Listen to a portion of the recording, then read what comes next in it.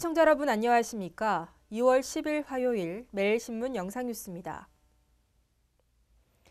앞으로 대구에서 신규 분양 아파트 청약을 하려면 대구에 석 달 이상 거주해야 합니다. 대구시는 외지 투기 세력이 청약 대포 통장을 이용해 대구 아파트 분양 시장을 과열 혼탁으로 몰고 가고 있다고 보고 청약 우선 공급 대상자를 거주기간 3개월로 제한하기로 했습니다. 이에 따라 아파트 분양 업체들은 모집 공고에 현재 대구시에 거주하고 있는 자에서 대구시에 3개월 이상 거주하고 있는 자로 바꿔야 합니다.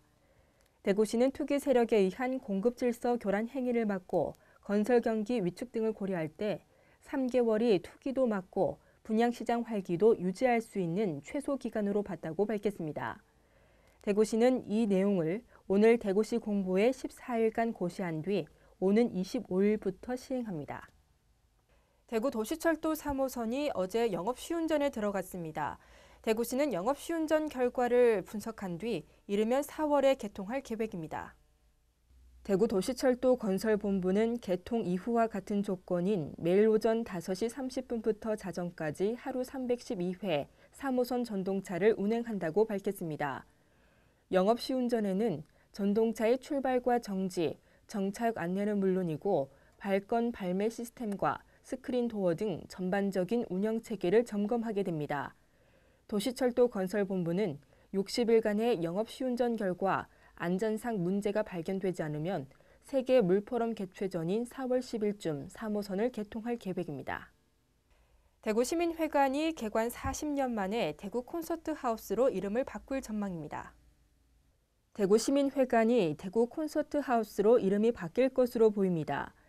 1975년 건립된 대구시민회관은 시설 노후화 등으로 2013년 11월 폐단장했지만 옛 명칭을 그대로 사용하면서 전문 공연장의 이미지를 알리는 데 한계가 있어 지난해 10월 전문 음악인과 대구시 관계자로 구성된 자문회의를 구성해 대구 콘서트 하우스로 변경하기로 뜻을 모았다고 밝혔습니다.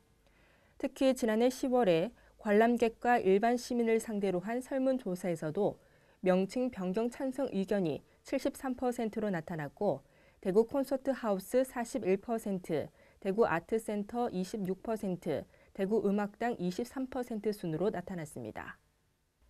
대구시가 수산물 방사능 검사에 대해 전국 최초로 농도 측정 방식을 도입했습니다.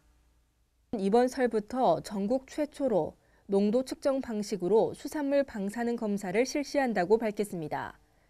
이에 따라 현장에서 생선을 분쇄기로 갈아 납차 폐함에 넣어 생선 내부의 실제 세슘 농도를 검사 안정성 판단의 정확도를 크게 높이기로 했습니다. 이를 위해 올 초 독일산 방사능 농도 측정기 2대를 구입해 지역 전통시장과 백화점에서 제수용 수산물을 현장 측정하고 인체 유해 유무를 확인해 수산물에 대한 시민 안전을 확보하기로 했습니다. 신입사원으로 입사를 꿈꾸는 구직자의 절반 정도는 채무자인 것으로 나타났습니다.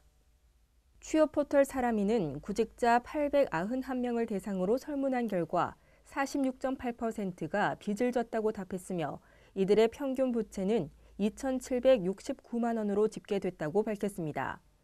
구직자들은 채무 이유로 등록금 등 학비를 가장 많이 꼽았고 다음으로 주거비와 생활비 등이 뒤를 이었습니다. 빚이 미치는 영향으로는 자주 우울해진다는 답변이 가장 많았고 빚을 모두 갚는데 평균 5년 6개월이 걸릴 것으로 예상했습니다. 오늘은 어제보다 추위가 한층 누그러지면서 예년 기온을 회복하겠습니다. 낮 동안에도 기온이 한층 오르겠는데요. 대구와 경북 한낮 기온 11도로 예상됩니다. 오늘부터 설 연휴까지 당분간 큰 추위는 없을 것으로 보입니다. 이상으로 매일신문 뉴스를 마치겠습니다. 시청해주신 여러분 고맙습니다.